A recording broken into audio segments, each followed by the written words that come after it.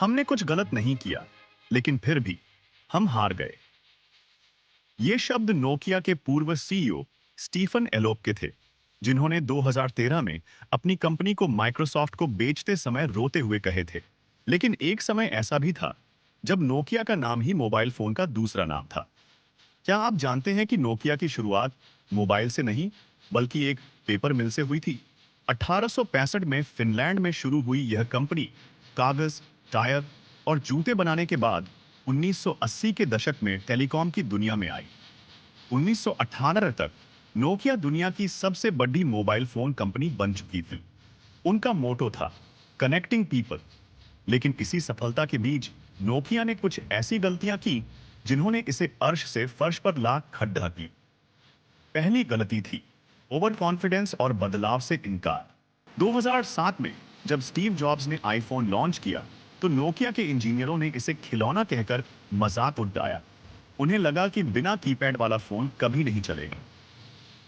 दूसरी गलती, सॉफ्टवेयर की अनदेखी। नोकिया अपने पुराने और धीमे सिम्बियन ऑपरेटिंग सिस्टम से चिपका रहा, जबकि गूगल का एंड्रॉइड तेजी से लोकप्रिय हो रहा था। जब तक नोकिया को अपनी गलती का एहसास हुआ, बहुत देर हो चुकी थी। 2011 में उन्होंने एंड्रॉइड को छोड़कर माइक्रोसॉफ्ट के साथ हाथ मिलाया, जो उनकी तीसरी और सबसे बड़ी गलती साबित हुई। विंडोज फोन कभी भी एंड्रॉइड और आईओएस का मुकाबला नहीं कर पाए। नोकिया की कहानी हमें सिखाती है कि अगर आप समय के साथ खुद को नहीं बदलते, तो दुनिया आपको भुला देती है। क्या आपको याद है वो दौर जब मोबाइल का मतलब ही नोकिया हुआ करता था? एक ऐसा नाम जो हर हाथ में था और हर घर की पसंद था। लेकिन आज वही नोकिया स्मार्टफोन की रेस में कहीं पीछे छूट गया है। आखिर दुनिया की सबसे बड़ी मोबाइल कंपनी का पतन कैसे हुआ? कहानी शुरू होती है 1865 में फिनलैंड के एक छोटे से पेपर मिल से। वहां से नोकिया ने रबर और केबल के कारोबार में कदम रखा और आखिरकार टेलीकॉम की दुनिया में अपनी जगह बनाई।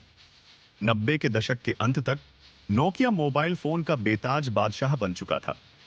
उनका हार्डवेयर इतना मजबूत था कि उसे अविनाशी माना जाता था। लेकिन फिर आया साल 2007, जब स्टीव जॉब्स ने आईफोन लॉन्च किया। नोकिया ने इसे गंभीरता से नहीं लिया। उन्हें लगा कि लोग बिना कीपैड वाला फोन कभी नहीं अपनाएंगे। यही उनकी सबसे बड़ी गलती थी। नोकिया अपने पुराने सिम्बियन ऑपरेटिंग सिस्टम से चिपका रहा, जबकि गूगल का एंड्रॉयड तेजी से मार्केट शेयर छीन रहा था। कंपनी के अंदरूनी हालात भी खराब थे। मैनेजरों के बीच आपसी तालमेल की कमी और नए इनोवेशन को लेकर डर ने नोकिया को अंदर से खोखला कर दिया। 2011 में नोकिया ने माइक्रोसॉफ्ट के साथ हाथ मिलाया, लेकिन विंडोज फोन का दाम भी उल्टा पड़ गया। ऐप्स की कमी और देरी ने नोकिया की ताबूत में आखिरी कील ठोक दी। अंततः 2013 में नोकिया ने अपना मोबाइल डिवीजन माइक्रोसॉफ्ट को बेच दिया। नोकिया की कहानी हमें सिखाती है कि वक्त के साथ न बदलना कितना भारी पड़ सकता है।